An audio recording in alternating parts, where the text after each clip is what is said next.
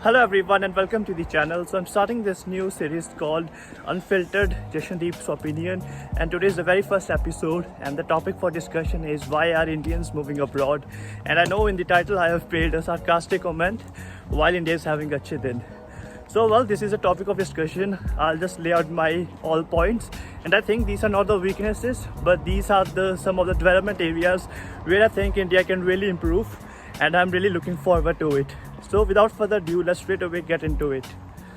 So the very first point which I want to make is the reservation system in India. Now I just want to give you one analogy.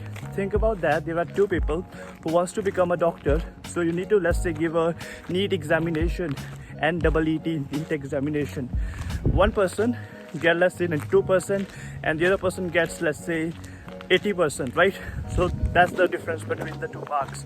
Now ideally, in order to become a doctor, the person who has got 92%, he should be more qualified. Now here discussion isn't about that does marks play an important role or not, but marks just act as a validation of your knowledge. So one who has got the 92%, he should be the one who will become a better doctor, you might say, in terms of that mark analogy which we are drawing over here.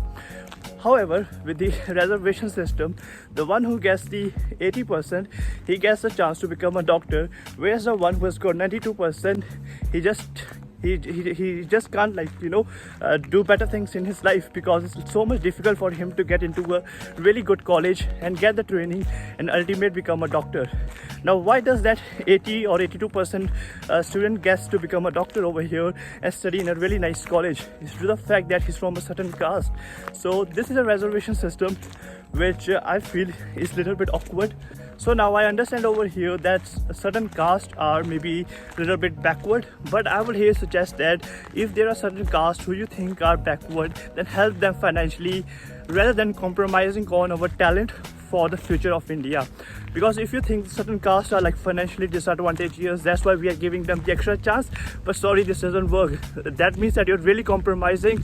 I feel it a little bit discriminatory over here, because the one who has got 92%, just due to the fact that he's from general caste, he doesn't get to study in a good college, get the best of the training, and then become an ultimate doctor. Whereas the one who has got 80%, he gets a chance to have the best possible training, even despite given that he has got low marks, and he ultimately becomes a doctor. So this is something which I really wanted to point out. Now I know that maybe reservation has got some pros as well, has got some advantages. That's what I want myself to get educated on a lot much bright over here. So make sure you can comment that in the comment section and let me know that what are the benefits of the reservation system, because my idea is that if they're financially weak, help them financially instead of giving them an extra chance in all of these talent examinations which we have got in India. So this is the very first point which I want to make. Well, I think it's better to stand at one place because it's very bright. So the second point on the list which I've got is competition, and then secondly, non-emphasis on non-STEM courses. Now the point over here is that now there are two different crowds in India. One is for the STEM courses who wants to become doctor, engineer, whereas there's another crowd which really doesn't get that much importance. Now the courses such as animation, photography, I would say cinematography, like these are the courses which really few of the students really want to go in. However, there are a couple of challenges. First of all, maybe there isn't that infrastructure the universities or the colleges really build in. Secondly, we might not have the curriculum. Then thirdly, if they've got all of these things, then they don't have the future job opportunities. So and it is interlinked with competition. Now how it is linked with competition is due to the fact that now all of the crowd is in the STEM courses, right? All of the science, technology, economics, mathematics, all of these courses. I think E stands for engineering, right? So most of the emphasis is also in the STEM courses, and that leads to a really lethal competition in the market, right? So everyone is fighting to get a job, and it kind of develops a crab theory where one person really wants to pull the other person down. So same as a crab theory if you try to read. So I think this is a point which I want to make. First is the competition and really non-emphasis on the non-STEM courses. Now let me move to my third point, and here I want to talk about the quality of education and the curriculum.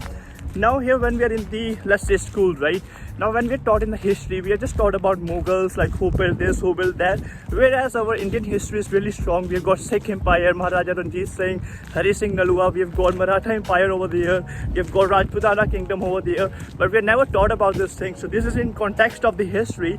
Whereas the other thing which I really feel very important is we are trained to really become an employee. We are trained to get a job in our life. However, I think now the emphasis should be on the startup culture. There has to be emphasis on the entrepreneurship things, because now we have to become a person who will create a job, who will really boost the economy, whereas there are already that kind of market which is already populated, and we are just like going to the schools and the colleges to get a job. So this mindset change is something which we have to really kind of make it happen in the Indian schools from our, like, you know, when we are in 4th class, 5th grade. It has to start as soon as possible, because like in order to develop a mindset, it really takes a certain time. So I think here we have to really focus on the, and okay, let me talk about the practical education, since I'm talking about quality of education. Now here I'm studying in the UK, right?